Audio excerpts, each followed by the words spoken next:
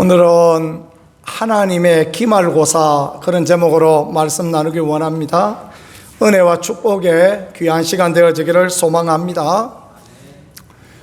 학교 다닐 때 보면 중간고사 있고 이제 학기 말이 되면 기말고사 있고 그랬습니다. 시험은 사람을 늘 시험 들게 하죠. 시험은 참 쉽지 않은 그런 부분들이 늘 있었던 것 같습니다.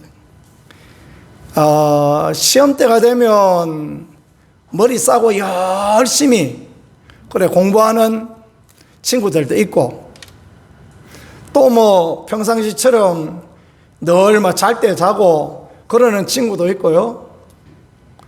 아예 그런저런 거 하나도 안 하고 바깥에 가서 놀고만 있는 그런 친구도 있고, 여러 모양들이 있습니다. 근데 시험을 치는 게 학교 다닐 때는 그게 안 좋은 줄 알았더니 세월 지나고 나서 생각해 보니까 그 시험이 참 괜찮다라는 그런 생각을 문득 그렇게 하게 되어졌어요. 시험을 보니까 중간고사 때까지 이렇게 이제 중간고사 이제 1학기 있고 2학기 있으면 1학기 중간에 한 달 반 배우고 중간고사를 치잖아요. 한 달 반 동안 배운 것을 돌아보게 돼요. 기말고사를 보면 이제 또 나머지 배웠던 것을 다시 생각해 볼 수 있는 그런 시간이 되고, 그래서 이제 이 시험이라는 게 보면 나중에 실력이 되어지고 중요한 자산이 되어지는 그런 것들을 이렇게 봅니다. 학교 다닐 때 우리 여기 교수님 하신 우리 김대식 성도님도 계신데, 학교 다닐 때 제일 얄미운 교수님은 20페이지 요약해 오라는 교수님이 제일 얄미웠어요. 감상문을 2페이지로 써오라, 이런 교수님은 최고 좋은 교수님. 그 감상문 2페이지는요 서론 읽어보고 결론 읽어보고 그 다음에 목차만 한 장 읽어보면 감상문 2페이지는 쓸 수 있어요. 그거 못 쓸 사람 누가 있습니까? 읽어보고 어떤 목사님이 추천했는가 이런 거 읽어보기만 해도 딱 보고 이거 이런 내용이겠구만. 감상문은 내 마음대로 쓰는 거거든요. 그러니까 얼마든지 쓸 수 있어요. 그런데 500페이지짜리를 주고 한 학기 동안에 20페이지로 요약해오라, 이거는 처음부터 끝까지 읽어보지 않으면 할 수 없는 그런 부분이거든요. 어째 저 양반은 저럴까. 구약학 가르치던 이 땡땡 교수님이라, 그분은 항상, 근데 제가 이제 해석학을 좋아해서 그분 강의를 늘 들었는데 맨날 그냥 이만큼 두꺼운 것을 20페이지로 요약해오라. 세월 지나고 나서 보니까요, 그게 힘이요 도움이었다라는 게 그렇게 생각이 되어집니다. 목사 한수 받을 때도 우리 침례교는 목사 한수 받을 때 논문을 쓰게 하거든요. 소논문을 쓰게 합니다. 그래서 이제 7과목을 주로 소논문을 쓰게 하는데, 목회하던 목사님들은 주제를 주고 소논문을 써오라 그래요. 설교가 일상이고 하니까 우리가 책 한두 권 읽어보고 자기가 생각하던 논문을 쓰는 것은 어렵지 않습니다. 근데 이만큼 두꺼운 책을 2권 요약해오라. 그런 사람은 어떤 사람인지 압니까? 꼭 신학대학 총장 지낸 분, 이런 분. 그런 분은 꼭 이만한 책을 2권을 몇 페이지로 요약해오라. 이렇게. 그거는요, 정말 죽을 맛입니다. 일주일에 설교를 얼마나 많이 합니까? 새벽 예배하고, 그리고 또 수요일, 주일, 주일 오후 예배, 철야 예배, 신방 예배. 목사는 일주일에 설교를 20번도 더 해야 될 때도 있는데, 그러다 장례나 나면 얼마나 많이 설교해야 되는데, 그 언제 읽어보고 그놈을 요약해오라는 것입니까? 근데 어떻게 해요? 기간을 주고 그 안에 해야 되니까 그거를 꼭 해내야 됩니다. 안 나갈 수도 없는 부분이니까. 그래가지고 그냥 죽을 맛을 가지고 이렇게 읽어보면 나중에요, 그게 그렇게 기억에 남습니다. 아, 그게 내 인생의 도움이었구나. 나중에 그런 이야기를 좀 누가 하면 옆에 가서 나도 한마디 끼워서 할 이야기가 있어요. 랄프 네이버라는 사람이 쓴 셀교회론 이만큼 떴습니다. 그거 하고 박영철 교수님의 셀교회론하고 두 가지를 읽고 났더니 입에 단내가 나요. 얼마나 힘들던지. 그런데 셀교회 이야기하면 나도 좀 할 이야기 있다. 그러면서 이제 그 이야기를 할 수 있어요. 누구인가 평가를 받고 시험을 보고 그게 쉬운 일이 아니고 어려운 일이지만은 나중에 보면 그게 하나님 앞에 복이 되어지고 인생에 도움이 되어지고 그렇다라는 것을 그렇게 생각하게 되어졌던 것 같습니다. 저와 여러분, 시험이라고 어려워하지 말고 힘든 일이라고 피해가려고 생각하지 말고 하나님 앞에 잘 직면하고 축복의 계기로 만들고 축복의 주인공이 되어지는 그런 은혜가 있기를 예수님 이름으로 간절히 축복합니다. 유다왕 우시아에 대한 평가를 오늘 말씀하고 있는데 25절의 말씀입니다. 우시아 같은 이름입니다. 요시아와 같이 마음을 다하며 뜻을 다하며 힘을 다하여 모세 모든 율법을 따라 여호와께로 돌이킨 왕은 요시아 전에도 없었고 후에도 그와 같은 자가 없었더라. 요시아와 같은 위대한 왕은 요시아 이전에도 없었고 요시아 이후에도 없었다라는 정말 기가 막힌 아름다운 평가를 받고 있습니다. 우리 성도님들과 우리 교회가 또 제가 하나님 앞에 이런 평가를 받을 수 있는 그런 사람들 되어지기를 간절히 소망합니다. 이게 참 중요해요. 요시아의 아버지는 아몬이었는데 그는 왕에 나간 지 2년 만에 군사 쿠데타가 일어나서 죽고 말았습니다. 그의 할아버지는 므낫세라는 왕이었는데 유다 왕 중에 가장 악한 왕이다라는 그런 평가를 받는 그런 사람이었습니다.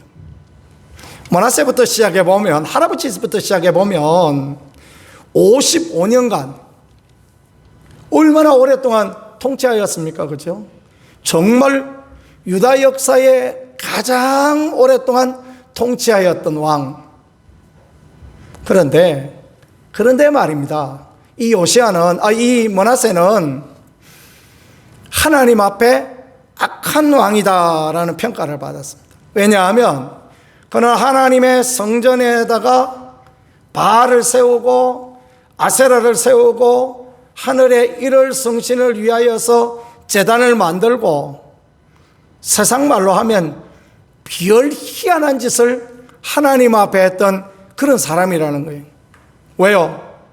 자기를 위해 그렇게 합니다. 누구를 위하여요? 나라를 위하여? 민족을 위하여?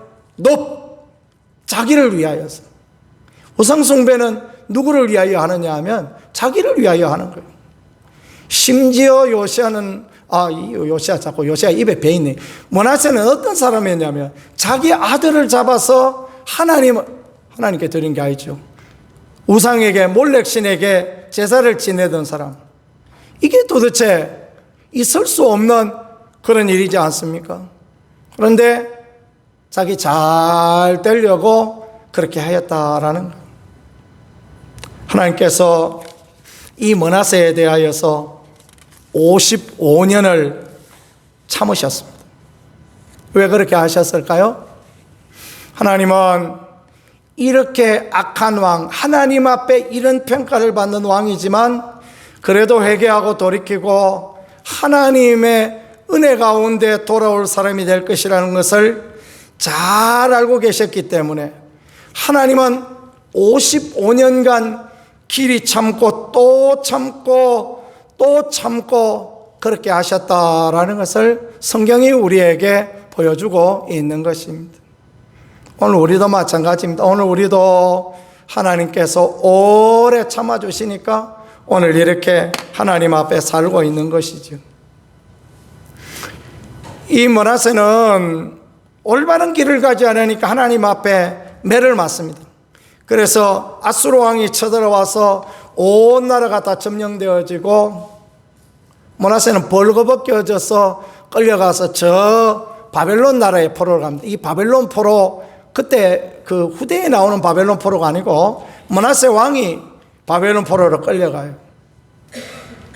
거기에서 그는 하나님 앞에 회개합니다. 거기에서 하나님, 내가 믿음의 삶을 살지 못했습니다. 하나님, 내가 올바른 삶을 살지 못하고 우상 숭배하고 악을 행하였더니 이런 일을 당하였습니다. 그러면서 거기서 회개하고 자복합니다. 하나님께서 회복시켜 주세요. 다시 유다에 와서 왕이 되어질 수 있게 은혜를 허락하여 주셨다라는 것을 보여주고 있습니다.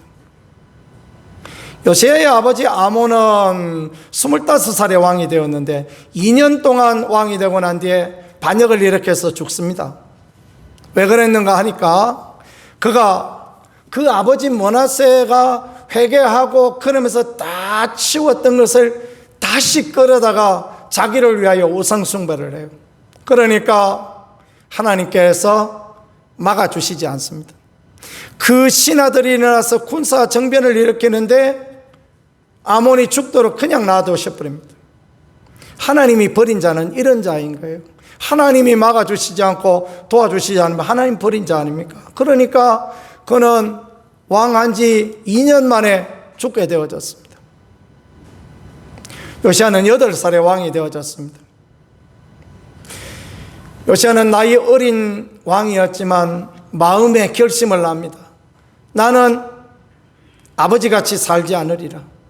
나는 할아버지같이도 살지 않으리라. 나는 믿음으로 살리라. 같이 한번 해보겠습니다. 나는 믿음으로 살리라.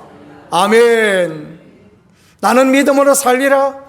나는 하나님을 기쁘시게 그런 마음으로 살리라.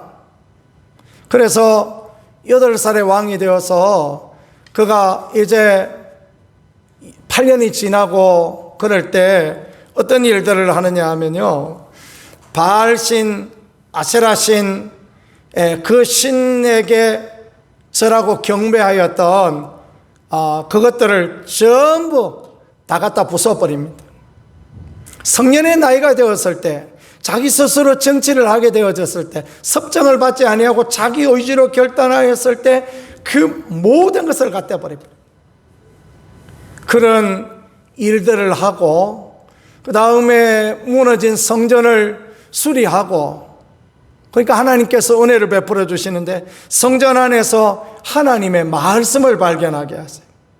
그리고 요시야는 하나님의 말씀을 따라서 회개하고 돌이키고 유월절을 지키고 그렇게 합니다.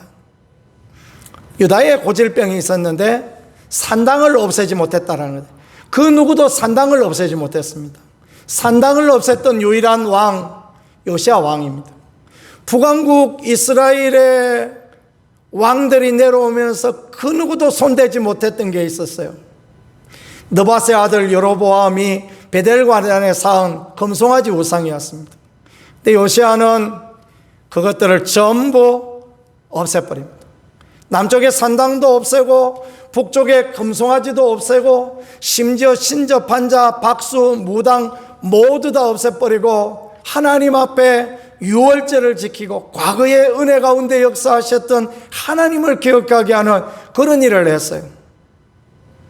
유다는 죄악으로 인하여 결국은 멸망을 당하였지만 하나님은 은혜를 주셔서 요시야의 시대에 그런 일을 보지 않도록 하나님이 그렇게 은총을 주셨다라는 것은 하나님이 얼마나 큰 은혜와 긍휼의 하나님이신지 보는 그런 부분이 되어지게 했습니다. 하나님의 평가에 합격한 사람, 하나님의 평가에 됐다 인정받은 사람, 이게 정말 얼마나 복되고 귀한 그런 부분인지 모르겠습니다. 우리 모든 사람들이 다 마찬가지입니다. 살아가는 날 동안 우리가 늘 기말고사도 보고 중간고사도 보고 레포트도 내고 그랬던 것처럼 우리가 하나님 앞에 그렇게 살아가야 돼요. 신앙생활의 1순위 뭐냐 하면 오늘 우리는 하나님을 기쁘시게 하는 그 방향으로 가고 있는가? 오늘 우리는 말을 하고 행동을 할 때 하나님을 기쁘시게 하는 그 자리로 가고 있는가? 이게요, 너무너무 중요한 것입니다. 오늘 우리는 정말 하나님 앞에 어떤 평가를 받을 만한 사람인가라는 거, 이게 참 중요하고요, 귀한 부분이 되어지는 것입니다. 성경에 보니까 성경에 나온 사람들에게 평가가 있어요. 나발이라는 사람이 있잖아요. 미련한 자다라는 이름의 뜻이죠. 갈멜 사람 나발, 아비가일의 남편이었습니다. 성경은 그에 대해 평가하기를 뭐라고 평가합니까? 그의 이름은 나발이다, 미련한 자다, 그 이름 그대로였다, 그렇게 평가하고 있습니다. 유다 왕 요시야에 대하여서 전에도 없고 후에도 없을 위대하고 정직한 왕이다. 북왕국의 가장 번성기의 왕은 아합 왕과 그 아들 여로보암 2세 왕입니다. 하나님께서 한마디로 딱 잘라서 말씀하셨는데 악하다, 그렇게 표현하셨어요. 가장 번성하고 가장 잘 살고 가장 형통했는데 악하다. 왜냐하면 하나님 앞에 믿음의 삶을 살지 않았다. 하나님을 기쁘시게 하는 그 삶으로 나가지 않았다라는 거예요. 우리 밭에 말이에요, 그 마늘을 많이 심어놨지 않습니까? 그래서 이제 수확을 해야 되는데 조그만 쫑 위에서 나온 씨를 심어놓는데 얘는 기계로 수확하면 엉클어져서 수확이 힘들어요. 호미로 파서 캐야 되는데 넓은 밭자리 심어놓은 거 우리 교회 이것보다 몇 배들 심어놨는데 누가 캐겠습니까? 지난번에 말씀드렸잖아요. 제가 기도를 했어요. 하나님, 이거 누가 캡니까? 걱정하지 마라, 내가 사람 붙여주마. 마음에 감동을 주시더니 우리 빌라 옆에 사는 외국인 친구 4명이 와서 수학을 하는데, 이런 이야기를 해야 이제 다들 얼굴이 뽀해가지고 잘 들으시죠. 수학을 하는데 이 4명이요 4인 4색입니다. 아십니까? 우즈벡에서 온 친구 산자르라는 친구가 있는데 첫날 와서 일을 하는데요, 얼마나 열심히 하는지 모르겠어요. 이야, 이 친구 괜찮네, 그렇게 생각을 했었습니다. 그 친구 우즈벡 친구가 아니고 그 친구는 키르기즈스탄, 저쪽 카자흐스탄 친구인가 봐요. 그 다음에 이제 우즈벡에서 온 아사드라는 친구가 있는데 이 친구는 보니까 힘이 없어요. 호미질을 하는데 영 시원치가 않습니다. 어제 이제 2명이 더 왔는데, 한 친구는요, 나이 30살인데, 뭐 병을 앓았나, 머리가 하나도 없어요. 그 말도 없어요. 아이고, 저 친구는 할라나 생각하는데, 이렇게 합니다 했더니 막, 호미를 가지고 막, 얼마나 막 사부작 뭐 열심히 하는지, 이거 얼마나 열심히 하는지요. 그 뜨거운데 죽을까봐 겁나더라고요. 좀 천천히 하라고, 좀 천천히 하라고 몇 번 이야기를 했어요. 이래가지고 다음에 못한다고 천천히 하시라고. 그러거나 말거나 그냥 막 열심히 또 합니다. 구소련의 다른 나라에서 온 키가 저보다 더 큰 친구도 있는데, 그 친구는 힘도 좋게 생겼더만은 일하는 게 시원치 않고 또 그 흘리는 것도 왜 그래 많아. 또 안 캐고 가는 것도 또 많아요. 그 친구 뒤에는 제가 가서 호미를 다 캐고 줘야 됩니다. 어떤 친구가 마음에 들었을까요? 그렇죠. 일 잘하는 친구가 마음에 들지 뭐 일 안 하는 친구 마음에 들겠습니까? 그럴 때 제가 그 생각을 해봤어요. 성경에 보니까 달란트 비유 보니까 5달란트 받은 사람도 있고 2달란트 받은 사람도 있고 1달란트 받은 사람도 있는데, 5달란트, 2달란트 똑같이 칭찬했는데 5달란트 받은 사람에게 이 1달란트 갖다가 그 사람한테 주라 이야기했잖아요. 그렇죠? 왜 그랬는가? 하나님의 마음이, 하나님의 심정이 딱 이해가 되더라고요. 하나님의 평가가 있구나. 사람들이 보기에는 아이고 주인님 그 사람 5달란트 가지고 5달란트 남겨가지고 10달란트가 있는데 뭘 더 줍니까? 이 주인은 이 사람 더 주고 싶은 거예요. 오늘 어제 일을 하고 난 뒤에 돈을 이렇게 나눠주는데 마지막으로 일 제일 잘했던 친구, 그 머리 없다는 친구 따로 불렀어요. 그래서 10,000원 더 줬어요. 그러면서 당신이 제일 열심히 해서 내가 이게 보너스로 준다. 가서 시원한 냉면 한 그릇 사 먹어라. 그래서 내가 10,000원 더 줬어요. 이쁘잖아요, 그죠? 나머지 3명은 똑같이 줬지만 요 10,000원 더 주는 거, 그거는 주인이 할 수 있는 주인만의 특권 아닙니까? 그죠? 내가 더 주고 싶은데 뭐 더 주지 뭐, 그죠? 그러면서 생각한 게 그거예요. 아, 하나님께서 우리를 보실 때에도 그럴 수 있지 않을까. 하나님 앞에 최선을 다하고 하나님 앞에 정직하고 하나님 앞에 열심을 가진 사람들에게 하나님께서 이렇게 하시는 것은 아닐까라는 걸 생각하면서 결론은 무엇이겠습니까? 나도 열심히 해야 되겠구나. 나도 하나님 앞에 최선을 살아야 되겠구나. 나도 하나님 앞에 정직하고 나도 하나님 앞에 올바른 삶을 살아야 되겠구나. 그런 생각을 했어요. 어떤 친구를 보니까 막 제가 보고 있을 때면 열심히 호미질을 하더만은 저쪽으로 가면요 호미 놓고 막 옆 사람하고 이야기하고 앉았습니다. 근데 그게 안 보이냐면 그게 다 보이잖아요, 그죠? 저리 가면서 보니까 보여요. 이 저놈 자식 나 볼 때는 열심히 하는 것 같지만 호미 놓고 옆에 놀고 있구나. 그게 이렇게 보여지더라고요. 힘이 없어 못하는 거 모두가 오겠습니까? 그거 할 수 없는 거 아니겠습니까? 그 키 큰 친구는 막 뽑는 게 이렇게 시원찮아 보이지만 그래도 보니까 하루 종일 막 하는 건 또 하더라고요, 보니까. 그러니까 친구는 참 그래도 열심히구나. 저 2달란트는 되는구나. 이렇게 생각이 되어지더라고요. 믿음의 삶에 정말 중요한 것은 우리가 하나님 앞에 있다. 우리가 정말 하나님 앞에서 살아가고 있다. 하나님은 우리의 모든 것을 평가하시는 하나님이시다라는 것을 보고 사는 것. 그게 하나님 앞에 너무너무 귀하고 아름다움이 아닐까라는 것을 생각해 보았습니다. 하나님이 기뻐하실 방향으로 가고 있는가? 하나님이 칭찬하실 방향으로 가고 있는가? 하나님 앞에 나는 최선을 다하여서 살아가는 그 삶을 살아가고 있는가라고 생각하는 거, 이게 참 얼마나 귀하고 복된지요. 인생을 살아가는데 중요한 것들이 참 많습니다. 돈 버는 거 얼마나 중요합니까? 우리 누님 말씀에 의하면 세상에 제일 재미난 게 돈 버는 거래요.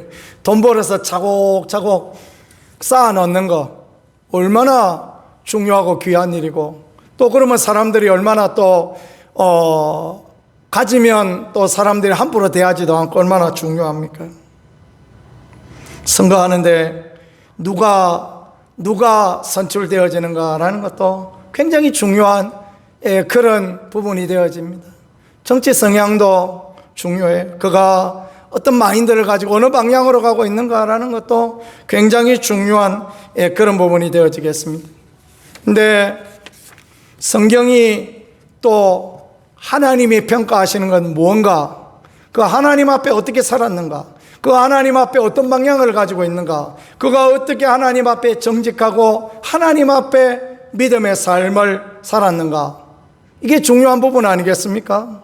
저와 여러분, 하나님 앞에, 우리를 평가하실 하나님 앞에 최선을 다할 수 있는 그런 분들이 되어질 수 있기를 간절히 소망합니다.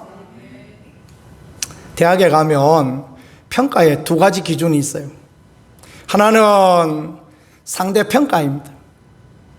이게 인간적인 평가예요. 그러니까 우리 교인 있는 중에 누가 제일 열심히 하느냐, 누가 제일 열심히 하지 않느냐, 이런 평가를 내리는 것, 이거는 굉장히 인간적인 평가입니다. 그래가지고 이제 상대해서 평균 점수가 얼마나 나왔기 때문에 몇 점까지는 A, 그 다음에 뭐 몇 점까지는 B, 그 다음에 C, D 뭐 이렇게 나머지는 F 이렇게 점수를 매긴단 말이에요. 수미양과 매기듯이 그렇게 매긴단 말이에요. 그런데 그거는 인간적인 평가. 하나님의 평가는 어떤 평가냐면 절대평가입니다. 그래서 저 다니던 신학대학도 30년 전에 상대평가한다 그래서 제가 교수님들한테 그렇게 하지 말자고 권했어요. 무슨 신학교에서 하나님도 그래 안 하시는데 무슨 신학교에서 상대평가하느냐. 사람을 상대적으로 봐서 이 사람 잘하고 이 사람 못하고 뭐 그렇게 평가하느냐. 그래 평가하면 안 된다. 절대평가해야 된다. 최선을 다해 열심히 했으면 90점이 10명 중에 9명 나왔으면 9명 다 A학점 주고 그래야 되지. 무슨 평가를 신학교에서 무슨 평가를 그렇게 하느냐. 그런 평가 하시면 안 된다. 그런 이야기하고 있는데요. 하나님의 평가는 그런 평가인 것입니다. 우리 하나님 앞에 얼마나 열심이었나 보다. 우리가 하나님 앞에 열심이었나. 우리가 하나님 앞에 최선이었나. 하나님 앞에 올바랐느냐. 그걸 보고 하나님께서 우리를 평가해 나가신다라는 거예요. 우리가 할 수 있는 최선을 다하여 하나님 앞에 하면 2달란트 받아도 하나님 칭찬하시는, 하나님이 기뻐하시고 하나님이 좋아하시는 것입니다. 그래서 하나님 앞에 바른 방향을 가고 나가는 거, 이게 참 얼마나 귀하고 얼마나 복되고 그런지 모르겠습니다. 하나님이 우리를 때로 시험하여 보세요. 왜요? 그 시험하여 보아서 정말 우리가 하나님 앞에 바로 섰는가 바라보고, 또 하나님이 상 주시려고, 하나님 아브라함한테 뭐 하려고 100세에 얻은 아들을 내놓으라 하시겠습니까? 하나님께서 그 아들 얻어가서 뭐 하시려고요? 그러려고 하신 게 아니고 그의 믿음을 보고 상 주시고 은혜 주시려고 그렇게 하신 것입니다. 이전에 제가 설교 공부할 때가 있었는데요. 어떤 분들은 설교를 공부하느냐 이야기하는데 공부해야 됩니다. 공부해야 작성하는데 쉬울 수 있고 또 성도들이 듣는데 편안할 수 있고, 그런 부분 되어집니다. 은혜는 주님이 주셔야 되는 거지만 준비하고 설교하는데 편안한 부분은 꼭 준비해야 되고 공부해야 될 필요가 있어요. 숙제를 내줬습니다.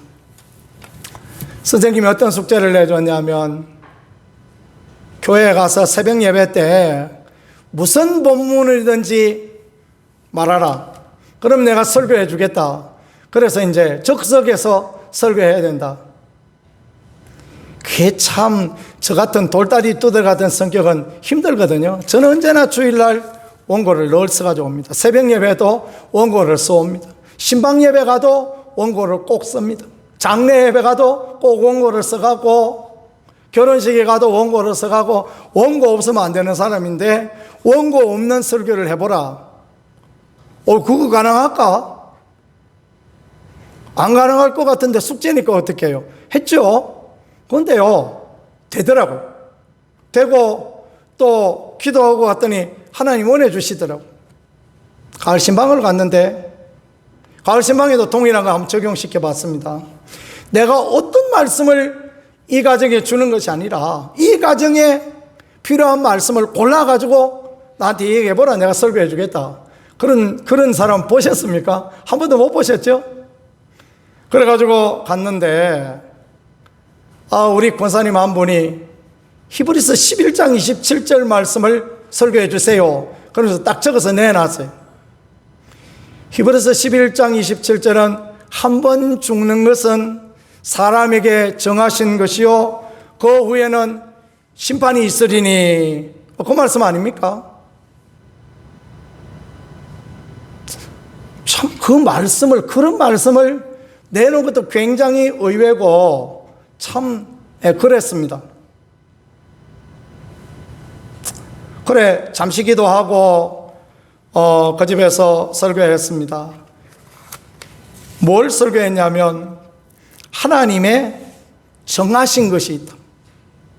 하나님의 정하신 것이 있다. 그래서 설교했습니다. 뭘 정하셨냐? 한 번 죽는 것을 하나님이 정하셨다. 그 후에 심판이 있다 그러잖아요. 하나님께서 심판이 있다라는 것을 정하셨다. 하나님께서 하나님께 나아가는 길을 정하셨다. 하나님의 아들 예수 그리스도. 그 사람들에게 영생을 하나님께서 정하셨다. 그래서 오늘 우리가 죽음이 있고 심판이 있고 그리고 예수 그리스도를 통한 구원이 있고 영생이 있으니까 오늘 우리가 예수님을 믿고 오늘 예수님 영접하고 천국 가야 된다. 그 아저씨가 교회를 안 나오셨거든. 옛날에 엄청 핍박했는데 세상 말로 이제 힘 떨어지고 그러니까 기운이 좀 딸리셨어요. 그렇게 설교했더니요. 그래서 그분한테 우리 선생님, 안 선생님 예수님 믿으시겠습니까? 그랬더니 예수 믿으시겠대요. 바로 제가 어떻게 했냐면 예수님 영접시켜드리고 저 따라 기도하시라고. 그래서 죄를 고백하고 예수님 내 마음에 오시라고 고백하고 그 천국에 가게 해달라고 고백하고 권사님 물 좀 떠오셔. 물로 왜 떠오라 그랬을까요? 세례를 주려고 그랬죠. 물 떠오라 그래서 저 침례교 목사 아닙니까? 침례교 목사가 또 세례 주기는 물이 틀라고 처음이었네. 물 좀 떠오라 그래서 냉면 그릇에 한 그릇 떠오라 그랬어요. 너무 좀 작게 떠오면 또 뭐 없어 보이잖아요. 그죠? 냉면 그릇에 크다하게 한 그릇 떠오셨더라고요. 그래서 내가 침례교 목사이지만 오늘 우리 안 선생님이 예수님 믿고 오늘 영접하셨으니까 오늘 내가 여기서 돌아가시기 전에 세례 주겠다. 그래서 내가 예수 그리스도의 이름으로 성부와 성자와 성령의 이름으로 세례를 주노라 하면서 물을 뿌리고 세례를 주었습니다. 그리고 그분이요. 그리고부터 꽤 잘 나오시고 나중에 뭐 건강이 힘들어서 못 나오실 때 할 수 없었지만 그렇게 신앙생활 하다가 천국 가셨는데 마지막에 보니까요. 호스피스 병동에 한여를 계셨거든요. 뭔가 바빠가지고 그때 하여튼 신방을 제대로 못 갔는데 그 권사님이 아이고 우리 아저씨 다 죽어간다고 와서 예배 좀 드리라고. 가보니까 의식이 없어요. 의식이 없는데 이제 예배를 드렸지 않습니까? 예배를 드리고 설교 마치고 축도하고 문 열고 나오려고 그러는데 소리를 지르세요. 뭐라고 소리를 지르세요. 그러다가 운명하시더라고요. 참 감사하게는요. 그 옆에 있던 그분 동생 교회라고는 한 번도 안 나간 분이 하시는 이야기가 아이고 우리 오빠가 목사님 오길 기다리다가 이제 돌아가셨다고. 아이고 참 얼마나 고맙고 감사하든지 옆에 계셔서 머리라도 한번 쓰다듬 드릴 텐데 그분 동생이 그 말을 하는데요. 분위기가 확 바꿔지는 거예요.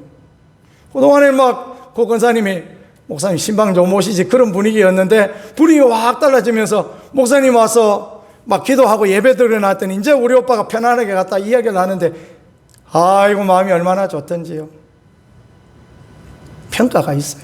하나님의 평가가 있어요. 한 번 죽는 것은 사람에게 정하신 것이고 그 위에 심판이 있다 그랬잖아요. 그렇죠?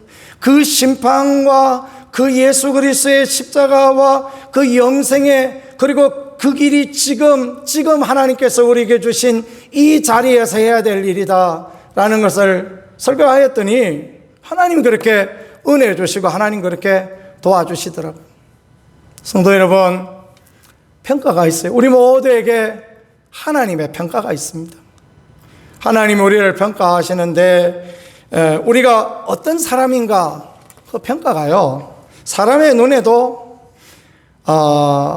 아무것도 그냥 안 하고 가만히 있어도 누가 진짜 일꾼인가 누가 일 잘하는 일꾼인가 이게 딱 이렇게 보여지는데 우리의 내면까지 알고 있는 우리의 속마음까지 알고 있는 하나님 앞에 평가는 어떤 것일 것이다 라는 거 우리가 생각하며 그렇게 살아가야 되었지 않겠습니까? 요즘 제가 은혜를 많이 받는 것 중에 하나는 마가복음 9장에 벙어리 귀신 들린 아들을 데리고 왔던 아버지입니다. 제자들에게 데리고 왔으나 제자들이 고쳐주지를 못해요. 주님께 예수님께 할 수 있거든 고쳐달라 그러니까 주님 무슨 말씀하십니까? 할 수 있거든이 무슨 말이냐? 믿는 자에게 능치 못함이 없다. 그러니까 그 아버지가 하는 얘기야. 주여 나의 믿음 없음을 불쌍히 여겨주세요. 그러니까 주님께서 그 이야기를 들으시고 나의 믿음 없는 것을 불쌍히 여겨주세요. 그 이야기를 들으시고 그 아들을 고쳐주시고 그 아들을 치유해 주시잖아요. 우리도 믿음이 부족할 수도 있고 연약할 수도 있고 하나님의 평가 앞에 우리는 안 된다라고 그렇게 여겨질 수도 있지만은 주여 나를 불쌍히 여겨주시고 내게 믿음 주시고 내게 하나님 앞에 합당하게 하시고 하나님을 기쁘시게 하는 삶을 살게 하시고 하나님이 좋아하는 방향을 살게 하시고 하나님 앞에 예배자로 살아가고 하나님 앞에 헌신자로 살아가고 하나님 앞에 성령의 인도를 따라 살아갈 수 있는 그런 사람 되기를 기도하면 주님이 그런 은혜와 축복을 허락하여 주시지 않겠습니까? 주님 앞에 올바른 평가 또 칭찬 듣는 평가 아름다운 평가를 얻는 우리가 되어질 수 있기를 간절히 소망합니다. 이게 참으로 귀합니다. 하나님은 우리에게 이런 믿음 주시기를 원하고 이런 은혜 주시기를 원하고 이런 축복하여 주시기를 원하시는 하나님이시니 그 하나님 앞에 최선을 다하는 우리가 되고 그 하나님 앞에 믿음으로 서는 우리가 되고 은혜와 축복을 누리는 복된 분들 되어질 수 있기를 예수 그리스도 이름으로 간절히 축복합니다. 기도하겠습니다. 하나님 우리 아버지, 우리를 평가하시고 우리에게 은혜를 베풀어 주시는 하나님, 요시아와 같이 전에도 없고 후에도 없을 믿음의 사람이다 평가를 들을 수 있는 그런 우리가 되어질 수 있게 도와주시고 믿음 없는 믿음이 우리가 부족하고 연약합니다 고백하고 바른 길 가지 못하였습니다 회개하고 주님 바른 길 가기를 원합니다 믿음의 고백하고 주 앞에 달려가게 하시고 하나님의 선한 은혜와 하나님의 도우심, 하나님의 위로와 축복을 누리는 그런 자리에서는 우리 모두가 되어질 수 있게 주님 인도하여 주옵소서. 늘 도우실 주님을 기대합니다. 예수님 귀하신 이름으로 기도드렸습니다. 아멘.